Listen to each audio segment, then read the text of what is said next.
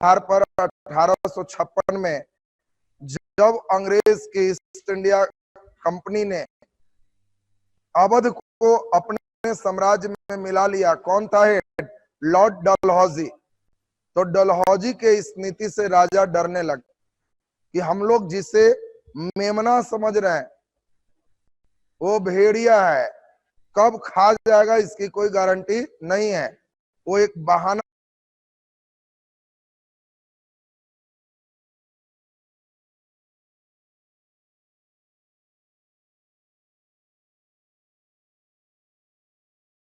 के तलाश में है, किस बहाने से मारे, बस यही खोज रहा है।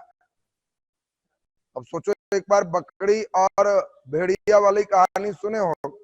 एक पानी की धारा चल रही थी और धारा के तरफ मेन आगे पहले भेड़िया पी रहा था और थोड़ा आगे मेमना बकरी का बच्चा पानी पी रहा था। भेड़िया जब बकरी के बच्चा को देखा तो सोचा कि इसको कैसे मारे, तो कहा कि अरे तुम हमको जूठा पानी पिला रहे हो। तो बकरी का बच्चा कहा कि महाशय हम आपका जूठा पी रहे, धारा के पहले आप हैं, हम तो बाद में हैं। तो सही बात भी वही था। तो भेड़िया कहा याद आया, तो तुम्हारा बाबा हमको जूठा पानी पिला के अब भाग गया था, इसीलिए तुमको छोड़ेंगे नहीं है, पकड़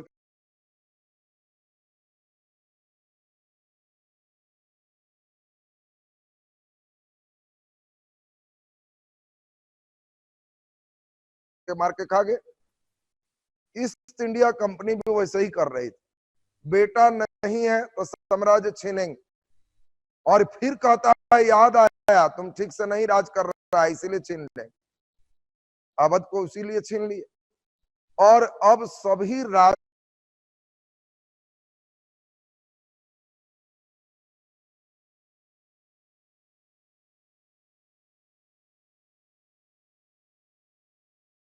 अंग्रेज के खिलाफ हैं। भारतीय समाज में भी कई लोग अंग्रेज के खिलाफ हैं।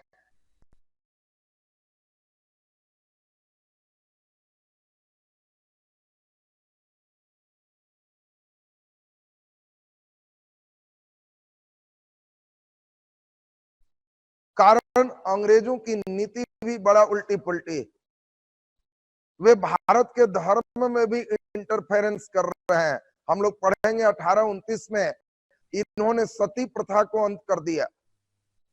कई भारतीय धार्मिक मामले में भी इन्होंने हस्तक्षेप किए। भारतीय समाज को भी बहुत हाई दृष्टि से नहीं देखते थे। सिपाही में भी बहाली होती थी तो कलर के अनुसार पेमेंट था, गोरे और काले के पेमेंट अलग थे।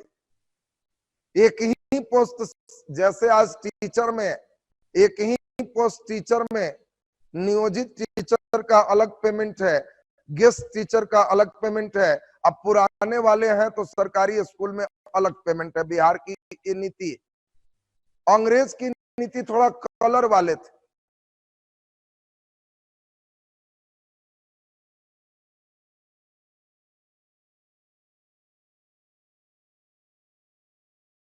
गोरा है तो 50,000 पेमेंट, काला है तो 500 पेमेंट। जी इतना कम तो तुम काले हो, बुद्धि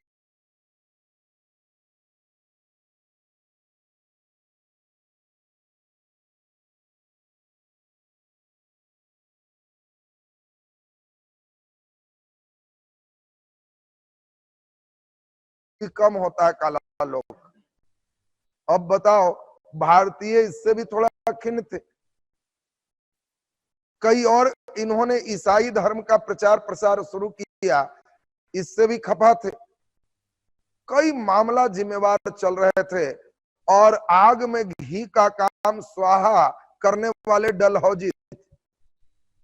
डलहौजी ने ले दे के एकदम सोचा कि सब राजा को कैसे हटा, और इसीलिए व्यक्तिगत का सिद्धांत, उसके हड़प नीति का सिद्धांत सबसे बड़ा जिम्मेवार कारण रहा। लेकिन डलहौजी 56 में पार लग गया, चला गया। 5 साल के लिए लोग आते थे, उनको फिर आगे एक्सटेंशन मिलते थे। डलहौजी को एक्सटेंशन नहीं मिला, चला गया। नया अंग्रेज का हेड बन के जो आया उसका नाम था लॉर्ड कैनिंग। अब डलहौजी का किया हुआ कैनिंग को भुगतना पड़ा। अब लॉर्ड कैनिंग भी नया नया रिसर्च कर रहा था। पहले से एक पुराने टाइप के राइफल चल रहे थे, उस राइफल का नाम क्या था? ब्राउसमैन। और इसने क्या किया, ब्राउसमैन पुराने राइफल को हटा करके नया टाइप का राइफल, एनफील्ड राइफल मंगाया। तो एक तो सेना में इसने एक नया तरह का रिसर्च किया। ब्राउसमैन जो पुराने राइफल चल रहे थे उसकी एक खराबी थी, गोली भी मारो तो किसी को लग जाएगा तो गोली निकाल के बच जाएगा, माने गोली जाएगा और फिर वो अपना ठीक ठाक से धिका के आग में निकाल लेगा। सिनेमा उनिमा में देखते होंगे। अब फिर कहता था ऑपरेशन सक्सेस, चलना शुरू। तो कैनिंग का कहना है कि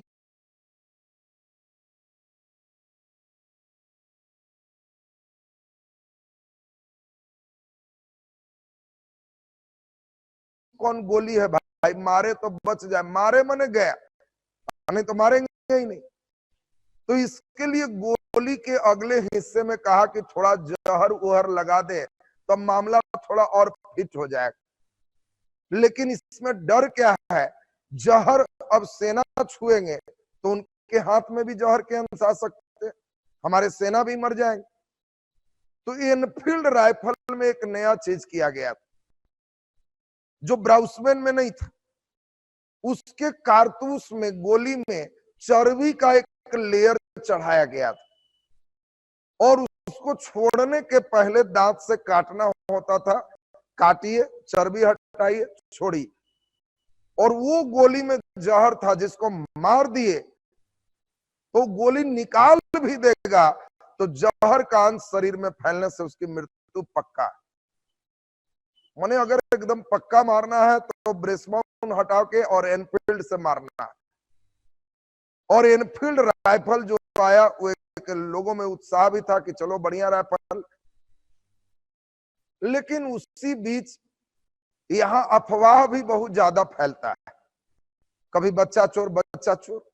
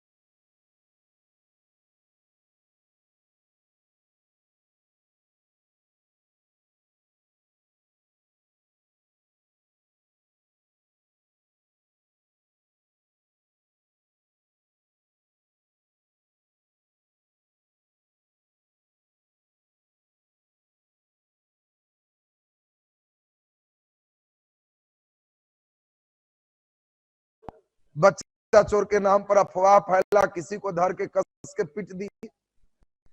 पुलिस अगर थाना में उसको ले भी गई तो बाहर पब्लिक 200-300 भीड़े हुए, बहुत भीड़ है।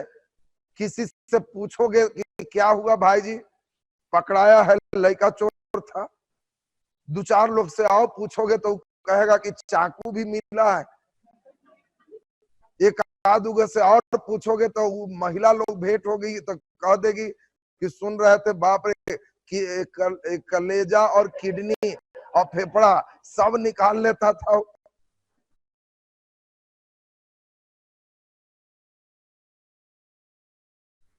उसको ये भी मालूम नहीं है कि कलेजा निकाल के और फेफड़ा निकाल के उसका भूंज के फ्राई करके खाएगा।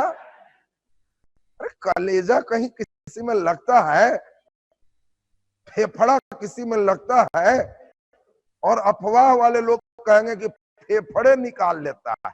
पता नहीं फेफड़ा में बैलून जैसा फुलाएगा कि उसका कलेजी खाएगा भूंज करके, उसको ये भी नहीं मालूम। कुछ लोग तो और हद करेंगे, किडनी निकाल लेता है। अरे भाई किडनी निकालेगा भी तो उसके लिए एक ऑपरेशन थिएटर चाहिए, राह चलते किडनी निकालेगा और निकाल भी जबरदस्ती लेगा तो किडनी बाहर रखने से काम लायक नहीं रहेगा। उसके लिए अलग टेम्परेचर चाहिए, अलग प्रेशर चाहिए, उसमें प्रिजर्व रखेगा तब किडनी काम लायक होता है। तो ऐसा मजाक बना दिया कि किडनी लगता है कि कोई सामान है, निकाल के झोला में लेके जाके अब बेच देगा कि किडनी लाए हैं, किडनी कितना में लीजिए। तो आप लोग भी इस टाइप का अफवाह कई बार सुने हो। बस वही हुआ था 1857, उसी टाइप की अफवाह फैल रही है। एक तो अफवाह फैला सेना तरफ कि हम लोग को जो आटा दे रहा है उसमें हड्डी चूर के मिलाया रह रहा है। अब हड्डी जो है, जानवर गाय भैंस मर गए तो उसका हड्डी चुन लेता है और गेहूं के साथ दे दे के उसको भी साथ में अपना पिसैया कर देता है और हड्डी और गेहूं मिक्स होके हम लोग को रोटी मिल रही। धर्म का नाश और हड्डी वगैरह हम लोग को ज्यादा मिल रहा है। क्यों? ताकत होगा, लड़ाई में हमारे योग्य सेना तैयार हो। अब ये कैसे होगी? तो एक दो लोग को खाना में आटा सानते समय जो सिपाही लोग थे उनको हड्डी का एक टुकड़ा मिल गया, तो कहा कि अरे ये तो हड्डी लगता है, इसमें पिस्ता होगा, आई डायरेक्ट बच गया है तो आ गया टुकड़ा। समझ गए, हम समझ गए क्या कर रहा। और ये सब चीज इतना जल्दी फैलता है कि सब लोग अच्छे चीज नहीं जानेंगे, लेकिन इस वैरायटी का चीज एकदम समझिए कि जितना तेज हो सकता है उससे भी ज्यादा तेज फैलेगा। दूसरा अब एक और घटना हो गई बंगाल में। बंगाल में बैरकपुर छावनी था, सेना काफी थे और उस समय सेना में हिंदू में थोड़ा सा ब्राह्मण वर्ग से भी ज्यादा लोग बहाल होते थे। और ब्राह्मण वर्ग के जो लोग होते थे 1857 के समय धर्म से बड़ा कुछ नहीं था। यहां तक धर्म का कंट्रोल था कि कहा जाता था कि जहां दूब घास नहीं होता है वहां भारतीयों को नहीं जाना चाहिए। दूब घास, दुब्बी देखा? तो दूब घास जहां नहीं होता है वहां नहीं जाना चाहिए, समुद्र पार नहीं जाना चाहिए, उससे धर्म की नाश होती। अब बताओ, धर्म के अनुसार लोग कहते थे। और कई सिपाही को अंग्रेज बहाल करते थे और ट्रेनिंग देने लंदन भेज देते थे, जो अच्छा रहता था। और लंदन में दूब नहीं होते, ठंडे में दूब नहीं होते, गर्म क्षेत्र में खास बरसात में दूब होते हैं। और लंदन में दूब नहीं है और इधर समुद्र के पार जा रहे हैं तो घर वाले रोकते थे कि मत जाओ। लेकिन इंग्लैंड वाले एकदम पकड़ के जब भेज देते थे तो उनका धर्म खत्म। वो ट्रेनिंग लेके जब घर लौटते थे और उनकी पत्नी दरवाजा खोलती थी, ठक ठक कौन आए हैं, तब पति, अब आप हिंदू नहीं है, दरवाजा बंद, दूसरा घर देखो। पत्नी भी एक्सेप्ट नहीं करेगी, बाकी रिश्ता तो अलग है। राजा राम मोहन राय बचपन में ही कह दिए, ज्यादा दिन की बात नहीं कर रहे हैं, 18, 26, 27 की बात कर रहे हैं। राजा राम मोहन राय ने कहा कि मैं मूर्ति पूजा नहीं मानता। अपने घर में बोले मूर्ति पूजा में मुझे विश्वास नहीं है।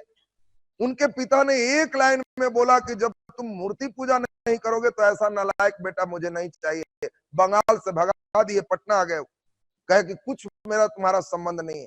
जब धर्म ही नहीं है तो मेरा तुम्हारा कोई रिश्ता नहीं। इतना टाइट राउंड है 1826-27 वाला राउंड। आजकल क्या है, धर्म के नाम पर कभी सुने हो घर से भगा दिया? मम्मी कहेगी भी कि चलो बेटा पूजा करने जा रहे हैं, साथ जाओ, हम नहीं करेंगे, अच्छा चलो साथ रहो। मंदिर आ गया, हम नहीं जाएंगे अंदर, अच्छा तो यहीं रहो। कभी माँ नहीं कहेगी कि चलो तुम करो नहीं तो छांट देंगे। ऐसा कभी सुनते हो? आजकल एकदम धर्म इलास्टिक है, मन है करो, नहीं मन है मत करो, लेकिन घर रहो। आजकल कोई बेटा कह भी देगा कि पूजा नहीं करेंगे, बाबूजी कहेंगे अच्छा मत करो, लेकिन खाओ खाओ घर में रहो। अभी इलास्टिक है, उस समय का धर्म एकदम प्लास्टिक था, मानो नहीं तो टूट जाओगे, लपना नहीं है। और ये हिंदू नहीं, सब धर्म टाइट थे। मुस्लिम धर्म में भी मजाल नहीं है कि कोई पुरुष बिना दाढ़ी के रहेगा। आजकल के पुरुष मुस्लिम भी हैं तो दाढ़ी सोटैया करके सही कर लिए है, जींस पैंट मारे हुए हैं। कुर्ता पजामा और फेस टोपी हमेशा चाहिए, दाढ़ी बड़ी रहनी चाहिए, मूछें लटकनी नहीं चाहिए, एकदम नियम के अनुसार चलना चाहिए। महिला है तो बिना नकाब नहीं निकल सकते। ये फुल पैंट शर्ट 1826 में मुस्लिम नहीं पहन सकते थे, टाइट था। अगर वो कह देते हैं हम अल्लाह नहीं मानते हैं, हम जींस पहनेंगे, हम टोपी नहीं पहनते हैं, घर से भगा दिए जाएंगे। तुम जब मुस्लिम धर्म ही नहीं मानते तो तुम मेरा बेटा नहीं रहोगे। धर्म इतना टाइट। और उस समय अफवाह क्या फैल रहा है कि जो नया एनफील्ड राइफल आया है उसके कारतूस में गाय और सुअर के चर्बी है। और अफवाह का तो देख ही लिए, किडनी फेफड़ा निकालने वाला। उसी तरह का उस समय अफवाह कि जो चर्बी है वो गाय और सुअर वाला है। गाय के चर्बी से हिंदू धर्म और सुअर के चर्बी से मुस्लिम धर्म के सिपाही ये नहीं जान रहे थे किसमें कौन वाला है, और सोच रहे थे दांत से काटेंगे तो धर्म नाश हो जाए। और उस समय का धर्म का मतलब अभी तुमको समझा दी। पति पत्नी का रिश्ता नहीं अगर धर्म नहीं मानो, बाप बेटा का रिश्ता नहीं है धर्म नहीं मानो। और उस समय चल रहा है एक अफवाह कि इसमें कारतूस में गाय सुअर की चर्बी। बैरकपुर छावनी में मंगल पांडे जो सिपाही है, उस मंगल पांडे से एक अंग्रेज सिपाही कहा कि जरा पांडे जी पानी पिलाई। पांडे जी तो फौरन में आ गए कि हम अपने पंडित जी हैं, तुमको पानी पिलाएंगे। तो अंग्रेज सिपाही ऐठ के बोला कि आपका कुल पंडिताई खत्म हो जाएगा। सुने नहीं है, नया वाला जो गोली आ रहा है ना उसमें गाय वाला चर्बी है। आप दांत से जब काटिएगा ना तो पंडिताई खत्म हो जाएगा। आप मंगल पांडे को बहुत गुस्सा है। मंगल पांडे को लगा कि ये कैसे होगा। वो कहा कि हो नहीं सकता है। कहा विश्वास नहीं है, सार्जेंट से जाके पूछ लीजिए। अंग्रेज सार्जेंट जो हेड है, जनरली सिपाही पद के लोग उतना ऊपर पूछने नहीं जाते थे, लेवल हाई थे। और मंगल पांडे जब धर्म की बात सुना तो फौरन में आ गए और चला गया सार्जेंट के पास एकदम ताव में पूछने कि नया वाला जो गोली आया है उसमें गाय की अगर चर्बी होगा तो हम नहीं छोड़ेंगे, है चर्बी की नहीं बताइए। सार्जेंट ने सीधा कहा कि जो रहेगा तुम्हें छोड़ना होगा, फौज में मौज नहीं है, जो बोले सुन लो, बस सीधा सीधा सोचो। और मंगल पांडे कहा कि जब मेरा धर्म ही नहीं रहेगा, घर में ही नहीं जाएंगे तो हम बच के क्या करेंगे, और तुम मेरा धर्म नाश करोगे। अपने राइफल से उसी सार्जेंट को गोली मारे। बगल में एक और सार्जेंट साहब हल्ला कर रहे थे, उनको भी दे दिए और दोनों को सरिया दिए। अब तो एक नया विद्रोह शुरू हो गया। मंगल पांडे को पकड़ लिया गया, उनको फांसी दी गई। लेकिन बाकी सिपाही लोग जब एनफील्ड राइफल के चर्बी वाले कारतूस मिल रहे हैं तो आपस में बात कर रहे हैं कि क्या यार धर्म नाश करेंगे कि मंगल पांडे बनेंगे, एक ही रास्ता हो। मंगल पांडे के एग्जाम्पल बन गया। बाकी लोग बात कर रहा है कि क्या छोड़ना है कि मंगल पांडे। अब ये सब बात करने लगा तो अंग्रेज भी हड़क गए। उनको भी लगा कि और भी कोई मंगल पांडे ना तैयार हो जाए।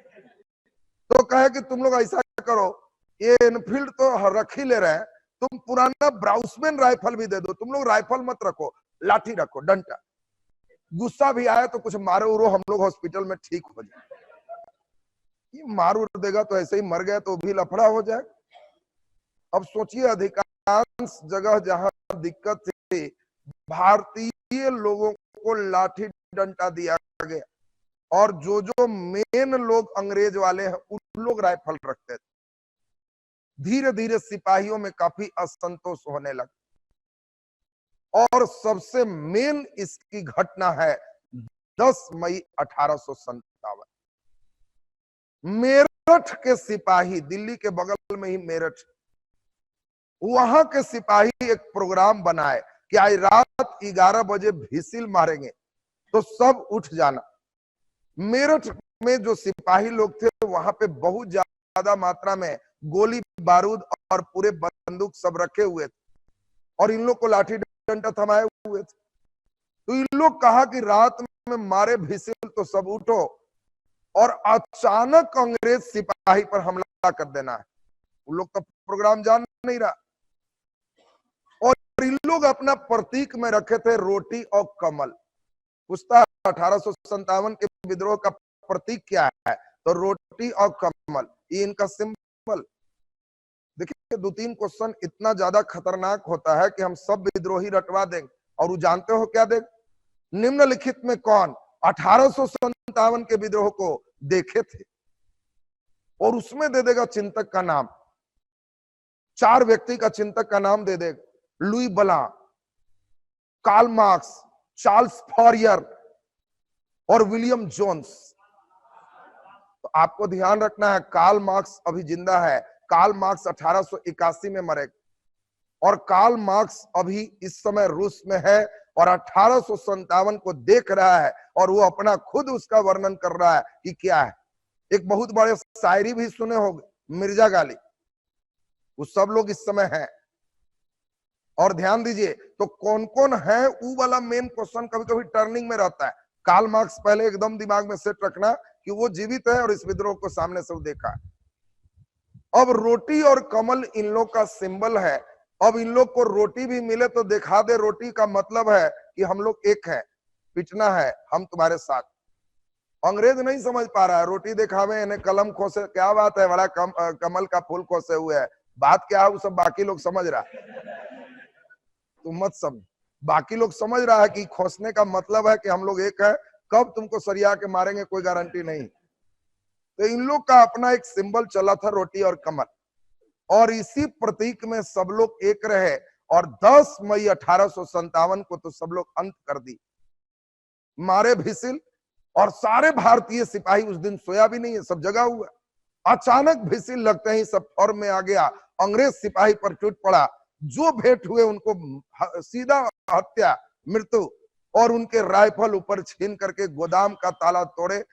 और जितने भारतीय सिपाही थे, आज तक कोई वैसा चलते रोड पर नहीं देखा था, क्योंकि एक एक सिपाही 10-10 राइफल टांगे हुए, जो मिला 5 इधर से 5 इधर से और चलो। और उस समय गाड़ी, बैलगाड़ी लोग नहीं किए, मेरठ से दिल्ली पैदल चल दिए, पैदल।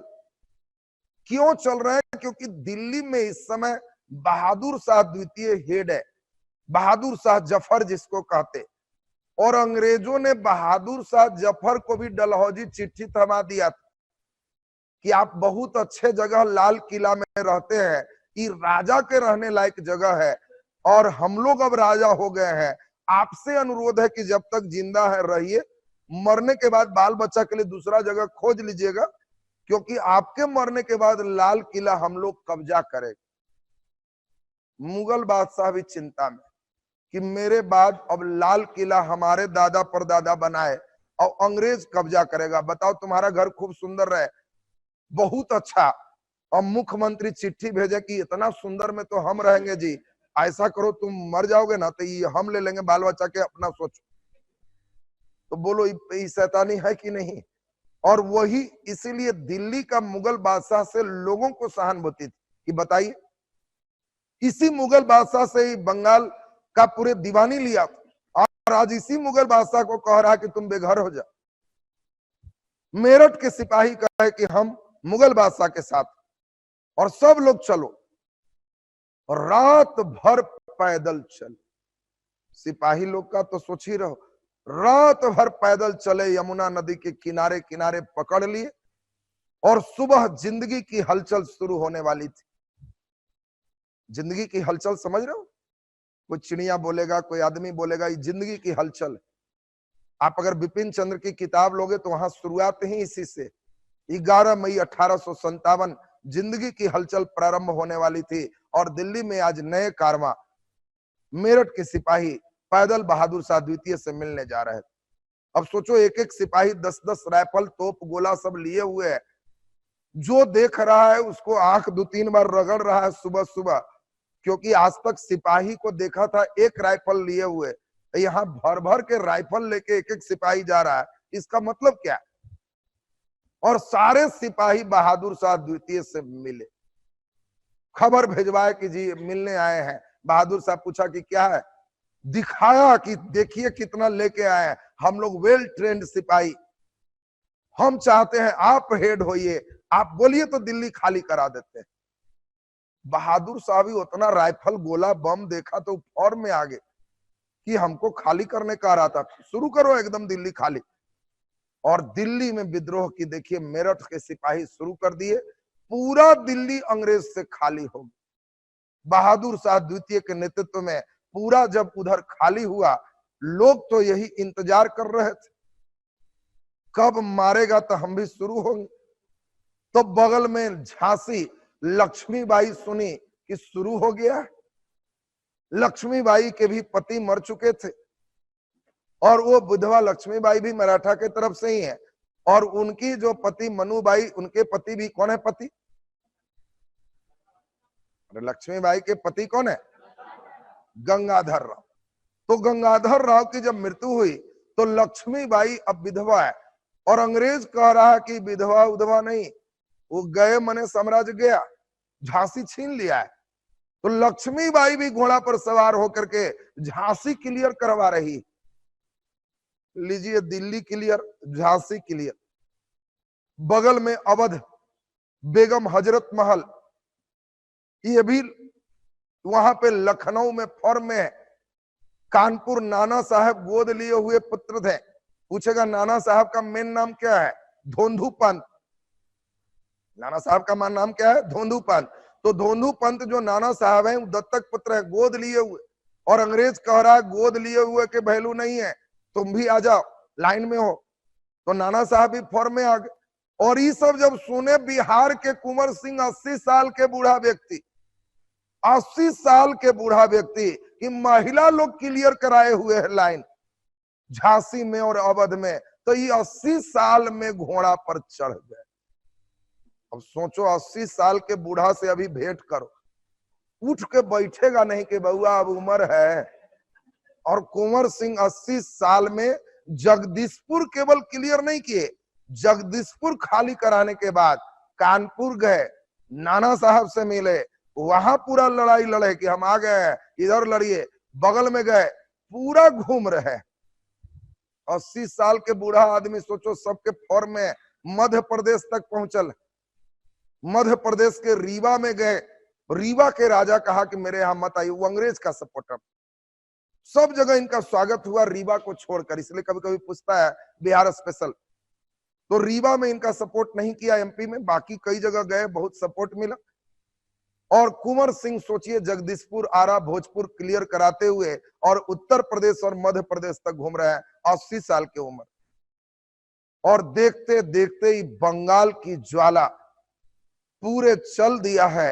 अंग्रेज अब समझ गए कि बाकी राजा भी अगर ऐसे शुरू हो गया तो हमारा खटिया खड़ा, भारत छोड़ना पड़े। तो लॉर्ड कैनिंग ने अनाउंस किया कि मेरा हड़प नीति खत्म, जो भारतीय राजा हमको सपोर्ट करेगा, उसका बेटा रहे मत रहे, बेटी रहे मत रहे, गोदी ले लो जिसको ले लो, हमको कोई मतलब नहीं, हम तुम्हारे मामला में कोई हस्तक्षेप नहीं करेंगे, और अगर मेरा साथ दोगे तो हम इनाम दें। देखिए अब राजा को पटियाना शुरू की, क्योंकि जिस तरह से ज्वाला चल रही थी, अभी मैपिंग पे आपको दिखाएं तो मैपिंग पर आप देखोगे तो आपको आश्चर्य होगा। ये बैरकपुर छावनी बंगाल से आग जलना शुरू हुआ, और ये मध्य प्रदेश और उत्तर प्रदेश दिल्ली ये पूरा आग में जल चुका है। ये 1857 के विद्रोह का मेन एरिया है। अब बताओ इसी तरह की ज्वाला केवल नीचे धधकता तो नीचे यहाँ बैठल है हैदराबाद के निजाम, अंग्रेज के परम भक्त। निजाम परम भक्त है। इस साइड में भी जो मराठा हैं बाकी हैं, अगर उस समय खिलाफ कर देते तो अंग्रेज का उसी समय सफाया हो जाता। कश्मीर, पंजाब, इस सब बेल्टों में विद्रोह नहीं हुआ। कभी कभी दे देगा निम्नलिखित में 1857 का विद्रोह कहां नहीं हुआ, इसीलिए आपको मानचित्र दिखा रहे हैं। क्या केरल में है? नहीं। कर्नाटक में है? नहीं। आंध्र प्रदेश में है? नहीं। नीचे नहीं सोचना, इधर यूपी, एमपी, बिहार, बंगाल, इस बेल्ट को सोचना। और यहीं पर 1857 का विद्रोह जब हुआ तो बाकी राजा अंग्रेजों के साथ हो गए और इसीलिए ये इन लोग का खराब स्थिति माना गया। अब बाकी राजा जब अंग्रेजों का साथ दे दिए तो एक एक करके 1858 आते आते सभी विद्रोही मारे गए और सब विद्रोही जब मार दिए गए तो अब इसमें पूरे क्षेत्र पर फिर से अंग्रेज अपना कब्जा कर लिए, लेकिन बाल बाल अंग्रेजों का साम्राज्य बचा। अब इस समय अब अंग्रेजों की नीतियां बदलेगी। 1858 में नए अधिनियम आएंगे। अब अंग्रेज कहेगा कि ईस्ट इंडिया कंपनी का शासन समाप्त, हम डायरेक्ट अब इंडिया को देखेंगे और राजा के प्रति सम्मान की दृष्टि होगी, क्योंकि बाकी राजा ही हमको बचाया है। अंग्रेज समझ गए थे कि राजा को अगर अपमान करेंगे तो भारत से हमारा बुढ़िया बिस्तर समटा जाएगा और इसीलिए राजा के प्रति डलहौजी की नीति खत्म, सम्मान की दृष्टि 1858 से मेन शुरू हो जाएगी। अब इस समय सोच लो, डफरिन जब आएगा, जिससे भारतीय राष्ट्रीय कांग्रेस पढ़ोगे, तो डफरिन यही प्रोग्राम कर रहा है, डफरिन का दिमाग यही काम कर रहा है। ये आपका है जो समझ रहे हो, ये प्रेशर कुकर है और डफरिन यही बैठ के सोच रहा है।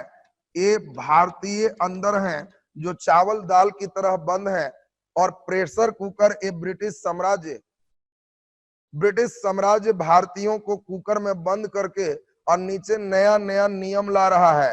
हड़प नीति, बेटा नहीं है तो पार, यहाँ पर कुशासन करोगे तो पार, और कुछ करोगे तो खींच लेंगे। नया नया नीति ला रहा है और जब नया नीति लाता है तब भारतीय खोलते हैं ये क्या लाया है, और जब खोलते हैं पर्याप्त वाष्प बना लेते हैं तो ये जो सीटी मारते हैं विद्रोह है।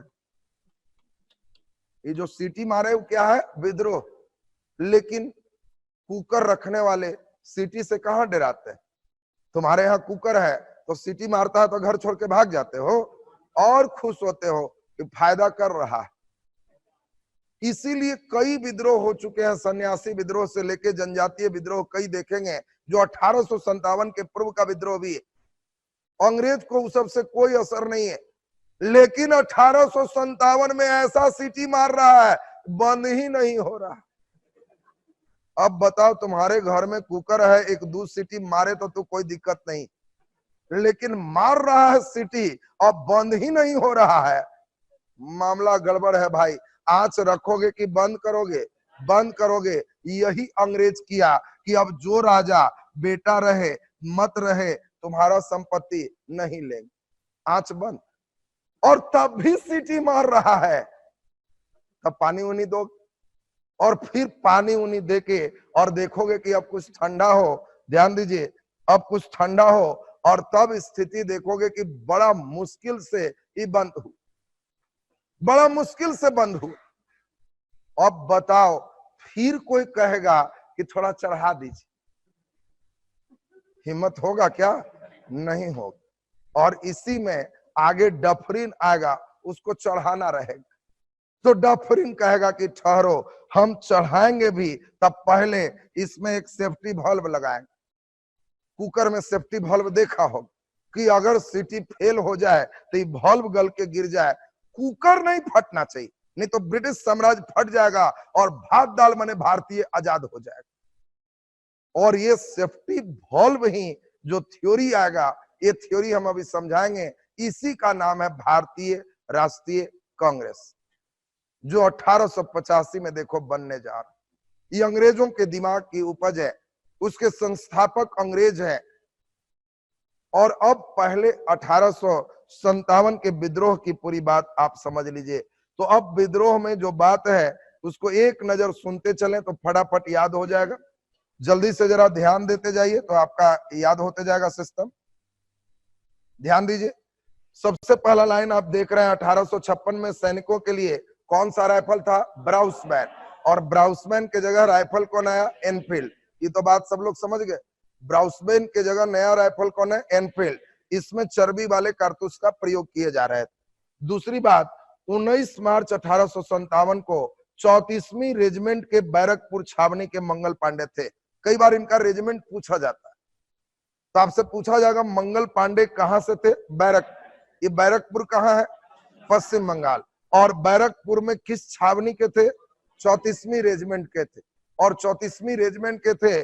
और मंगल पांडे कब विद्रोह किए? 29 मार्च 1857। विद्रोह का मतलब दुख को, एक कैप्टन बाघ थे और दूसरा मेजर सार्जेंट ह्यूसन थे, ये बाघ को भी साफ कर दो। तो कैप्टन बाघ और ह्यूसन, ये दोनों को मंगल पांडे गोली मार दी। मंगल पांडे को इसके बदले फांसी दी गई और 8 अप्रैल 1857 को मंगल पांडे को फांसी हो गई। ये एक कड़ी थी। अब धीरे धीरे सिपाही लोग फॉर्म में आ रहे हैं और मेन शुरुआत कहां से है? मेरठ से। और इसीलिए अभी बताए 10 मई 1857 को मेरठ से पैदल चल दिए और दिल्ली कब पहुंचे? 11 मई 1857 को। और बहादुर शाह के नेतृत्व में वहां विद्रोह की शुरुआत हो। बोलो, प्रसार क्लियर हो गया सबका? तो ये बात अभी हम लोग सुने थे, जिसको अभी देख लिए। अब इस विद्रोह में कौन कौन विद्रोही हैं, उनका दमन कौन किए, ये सभी मेन आपसे पूछे जाते हैं। तो सभी को एक बार सुन लेना है। दिल्ली में मेन कौन किए? बहादुर शाह जफर। हम बताए थे ये अंतिम मुगल बादशाह होंगे, क्योंकि इनको बाल बच्चा सबको अंग्रेज मार देगा और इनको बर्मा की राजधानी रंगून भेज के वहां पार लगा देगा। बाबर का अंतिम चिराग है जो बर्मा में जाके बुझ जाएगा। तो आपको पूछा जाएगा बहादुर शाह जफर ये कहां पकड़ाए थे? तो दिल्ली में कहा? तो ये छिपे हुए थे हुमायूं के मकबरा में। और हुमायूं के मकबरा में छिपे हुए थे और अंग्रेज चारों तरफ से घेर लिए और पकड़ लिए। बाल बच्चे को तो मार दिया, लेकिन देखा कि इसको मारेंगे तो इंडिया में फिर विद्रोह ना हो, इसीलिए इसको ठंडा से मारेंगे। और पहले कहा कि आप निकलिए, बर्मा की राजधानी रंगून तरफ भेज दी कि एकदम अंतिम छोर धर लेगा तो उधर मार भी देंगे तो इधर खबर नहीं आए। और उस समय व्हाट्सएप थोड़े था कि फोटो खींच के आइए देखिए बढ़ गए, खबर आते आते बर्मा से टाइम लग जाए। तो पूछा जाए अंतिम मुगल बादशाह कौन? बहादुर शाह जफर। 1857 के विद्रोह में ये हुमायूं के मकबरा से पकड़े गए और वहां जाके उनकी हत्या। 11 मई 1857 इन्होंने विद्रोह किया। अभी बताया था विद्रोह का दिन भी आपका। और इनको शांत करने वाले कौन थे? निकोलसन और हडसन। और क्रांति ये अंत कब हुआ? 20 सितंबर 1857। तो क्रांति की शुरुआत, क्रांति का अंत, अंत कौन किए और जगह से विद्रोह कौन किए, ये अंतिम फेज है जिससे क्वेश्चन पूछते हैं अच्छे परीक्षाओं। छोटा परीक्षा दोगे तो सीधा सीधा रहेगा, दिल्ली से कौन, अब कानपुर से कौन, अब पटना से कौन।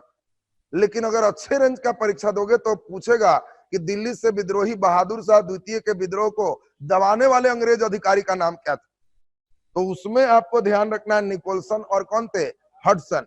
इसके बाद इसी तरह से हम लोग देख लें, लखनऊ में बेगम हजरत महल, कॉलिन और कैंपवेल ने दबाया। सबसे ज्यादा कैंपवेल का ही मेन योगदान आएगा।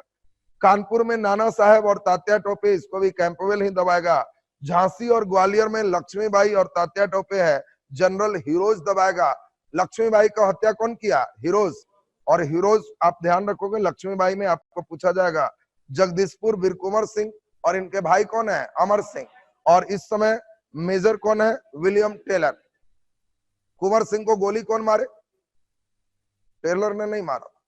टेलर को कंट्रोल मिला था कि इधर आना नहीं चाहिए। और कुंवर सिंह एक बार जगदीशपुर आ गए और गंगा नदी अपने नाव से पार कर रहे थे और उसी समय अंग्रेजों को मालूम चल गया। तो विलियम टेलर ने जो सिपाही को भेजा था हेड, उसका नाम था ली ग्रांट। और ली ग्रांट ने वही जहर वाले गोली कुंवर सिंह को मारा और उनके दाएं हाथ में लग गए। और गोली लगने के बाद कुंवर सिंह समझ गए थे कि जहर मेरे शरीर में फैलेगा, तो जय गंगा मैया करके तलवार उठा के बाएं हाथ से दायां हाथ काट के गंगा में गिरा दी। 80 साल के बूढ़ा का फर्म समझो, अपने हाथ को अपने से काट के गिरा दी और अधिक रक्तस्राव होने के कारण खून ज्यादा गिर गया, इसके कारण कुंवर सिंह की मृत्यु हो गई। तो ली ग्रांट भी ध्यान रखोगे। और इधर मेन आपको यहाँ पे विलियम टेलर जगदीशपुर का मेन चीज संभाल रहा था। फैजाबाद में कौन है? मौलवी अहमदुल्ला, जनरल रेनॉल्ड, इसको देखे। इलाहाबाद में कौन है? लियाकत अली, कर्नल नील, इसको देखे। और बरेली में कौन है? खान बहादुर खां, इसको विंसेंट नायर ने देखा। तो ये तो आपको एक पूरा सीरीज आपको दिमाग में सेट करना हो। अब इससे भी ज्यादा जो इंपॉर्टेंट है वो है, इसमें सबसे इंपॉर्टेंट लोगों का, इतिहासकारों का क्या कहना है 1857 के विद्रोह के प्रति। और ये क्वेश्चन आपको बनाए, किसने सिपाही विद्रोह का? सिपाही विद्रोह कौन कहेंगे? अंग्रेज इतिहासकार। क्योंकि अंग्रेज इतिहासकार लंदन में बच्चों को पढ़ाते हैं कि 1857 में इंडिया में सिपाहियों का विद्रोह हुआ। लेकिन जो राष्ट्रवादी इतिहासकार है, जैसे बीडी सावरकर वगैरह पढ़ोगे, उन लोग का कहना था कि सिपाही विद्रोह था। कुंवर सिंह कौन सिपाही थे जी? 80 साल के। कितना दिन में सिपाही रिटायर होता था जो बताओ? और लक्ष्मीबाई कौन सिपाही थी?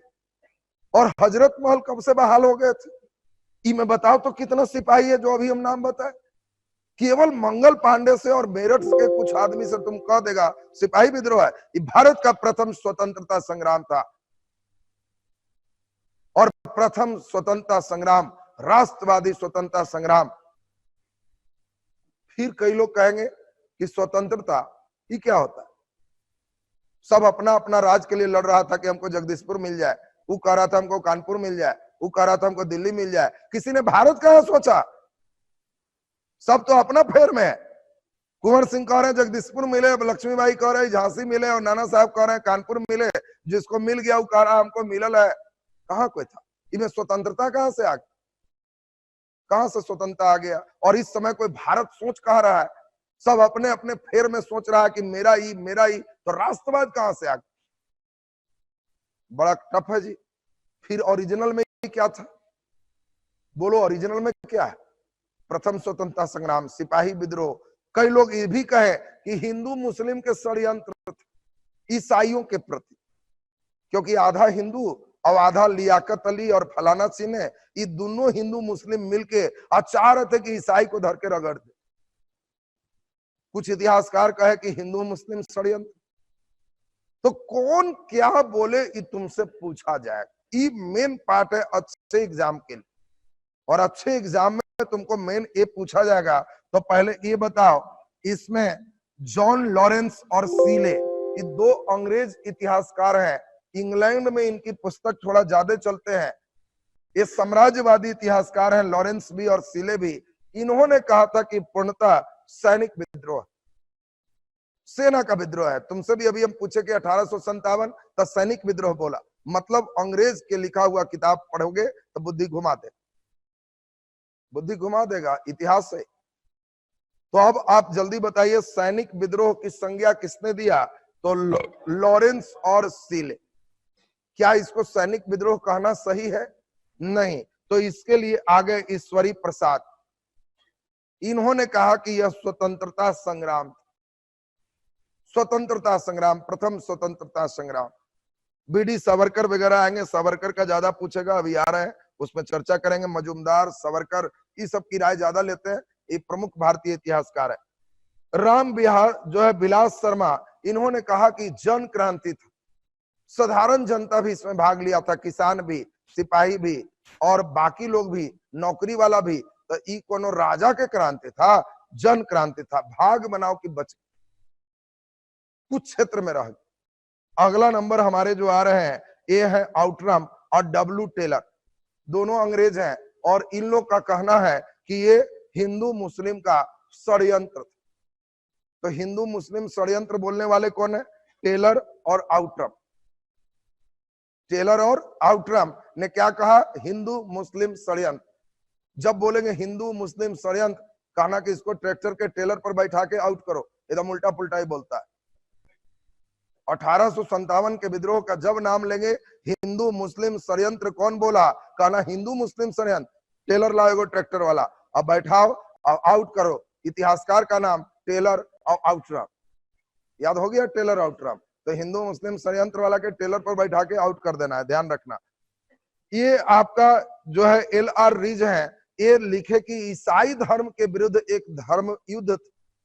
इन्होंने वही बात बोला हिंदू मुस्लिम, लेकिन इन्होंने अपना अलग से कर दिया। अब अगला है TR होम्स, सभ्यता एवं बर्बरता का संघर्ष।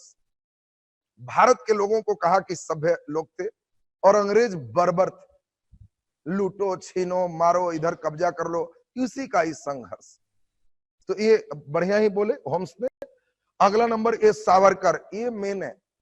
सावरकर की विचारधारा और मजुमदार की विचारधारा मेन तुमसे पूछा जाए तो BD सावरकर ने कहा कि राष्ट्रीय स्वतंत्रता के लिए एक युद्ध था, पूरे राष्ट्र के लिए युद्ध था, जिसको कई इतिहासकार ने कहा कि राष्ट्र कैसे है, इस समय क्षेत्र है, राष्ट्र माने देश होता है। क्या कुंवर सिंह देश सोच रहे थे? सावरकर ने कहा यस, अगर कुंवर सिंह जगदीशपुर सोचते तो क्यों यूपी गए थे, क्यों MP गए थे, रीवा क्यों गए थे? सोच रहे थे कि सब मिल के भगा, वो तो बाकी राजाओं ने साथ नहीं दिया, नहीं तो सब मिलके भगा देते। ये हमारा राष्ट्रीय स्वतंत्रता का संघर्ष, ये सावरकर का कहना। और मजुमदार का भी वही कहना है, 1857 का विद्रोह स्वतंत्रता संग्राम नहीं था। ये तीनों बात खत्म किए। अब बताओ, मेन BD सावरकर का लाइन है प्रथम स्वतंत्रता संग्राम, प्रथम स्वतंत्रता संग्राम।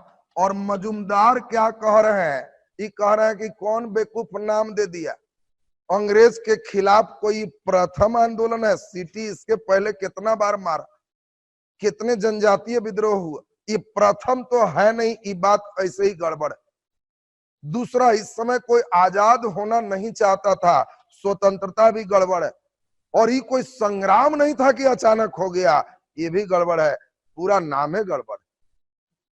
मजुमदार जी का कहना है कि न तो ये प्रथम है, न तो ये स्वतंत्रता है, और न तो ये संग्राम। तो तुम भी अब नया फेर में पड़ गए हो।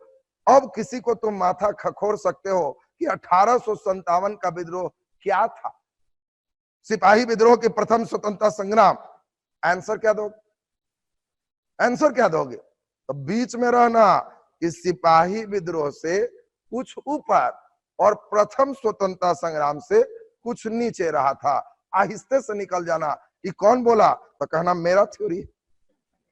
मजुमदार और सावरकर के बीच में निकल गए तो ये अपना थ्योरी रहे।